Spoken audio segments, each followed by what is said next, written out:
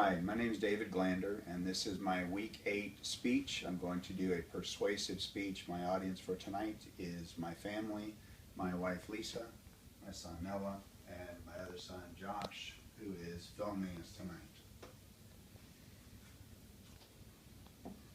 My topic for today is why gun rights should be everyone's concerns. In the media today, we see a lot of issues about gun rights. We see a lot of things happening in schools and on college campuses. And there's people on both sides that are clamoring for rights or taking away rights. Recently, a couple restaurants decided that you couldn't carry a gun in their restaurant, even though you can carry guns in the state. So, how did we get here? Why are we here? And what really does rights have to do with us carrying guns? We're going to go all the way back to the Bill of Rights and the Constitution, because that's really where all this stems from. The original Constitution, as proposed in 1787 in Philadelphia and ratified by the states, contained very few individual rights for the states, as the framers were primarily focused on establishing the machinery for an effective federal government. The framers, notably James Madison, its principal architect, believed that the Constitution protected liberty primarily through its division of powers and made it difficult for oppressive majorities to form and capture the power and use it against minorities. Delegates also probably feared that a debate over liberty guarantees might prolong or even threaten the fiercely debated compromise that they've been working on for the long, hot summer of 1787. But in the ratification debate, the Anti-Federalists opposed the Constitution, and they complained that the new system threatened their liberties and suggested that if the delegates had truly cared about protecting individual rights, they would have included provisions that accomplished that. With ratification in serious doubt, Federalists announced a willingness to take up matters of a series of amendments. They called these the Bill of Rights, and soon after ratification, and the first Congress came into session. The concession was undoubtedly necessary to secure the Constitution's hard-fought ratifications. Thomas Jefferson, who did not attend the Constitutional Convention, in a December 1807 letter to James Madison, called the omission of a Bill of Rights a major mistake.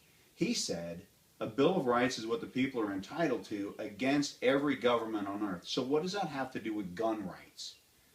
We're going to take a look at the Second, the Third, the Fourth, and the 10th Amendments very fast. You can go back and look at the Bill of Rights, look at the Constitution for yourself. But these 10 things they added to our Constitution, and there's a reason for them. The Second Amendment of the United States Constitution says, in short, it's the right to keep and bear arms. What does that mean? What they wrote into the Bill of Rights says this: a well-regulated militia being necessary to the security of a free state, the right of the people to keep and bear arms shall not be infringed. The right of a free state. Again, you got to remember, why were they writing this in? Because they wrote federal guidelines, but then the Anti-Federalists were concerned about losing all their rights to the federal government, so they wrote these state rights. Your second right, your first is your freedom of speech, and your second is a right to carry a gun. This was written by your framers.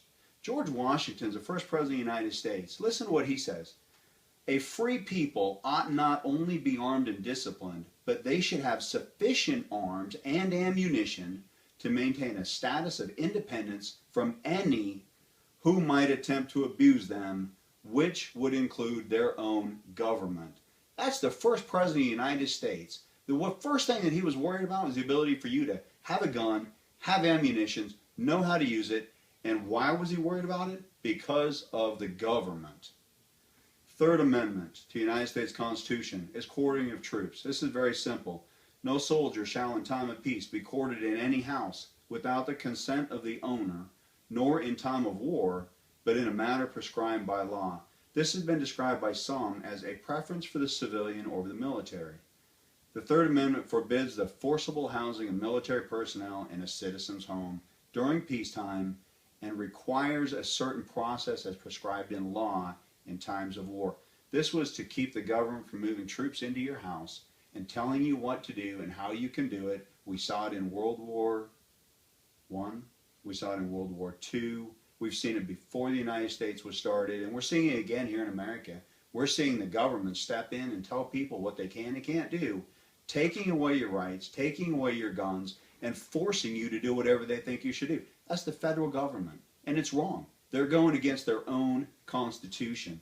The Fourth Amendment to the United States is a constitution of search and seizure. Most college kids know about this. They think they know about this, but search and seizure just simply means the right of the people to be secure in their persons, their houses, papers, and effects against unreasonable search and seizure, and shall not be violated. No warrant shall issue but upon probable cause, supported by oath or affirmation, and particularly describing the place to be searched and the person or things to be seized.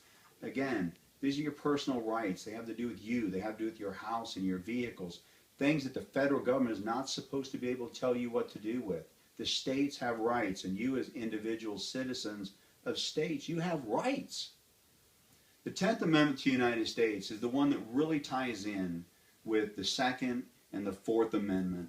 And it's simply the reserved rights. And what this is the powers not delegated to the United States by the Constitution, that's the federal government of the United States, by the Constitution, nor prohibited by it to the states, are reserved to the states respectively or to the people.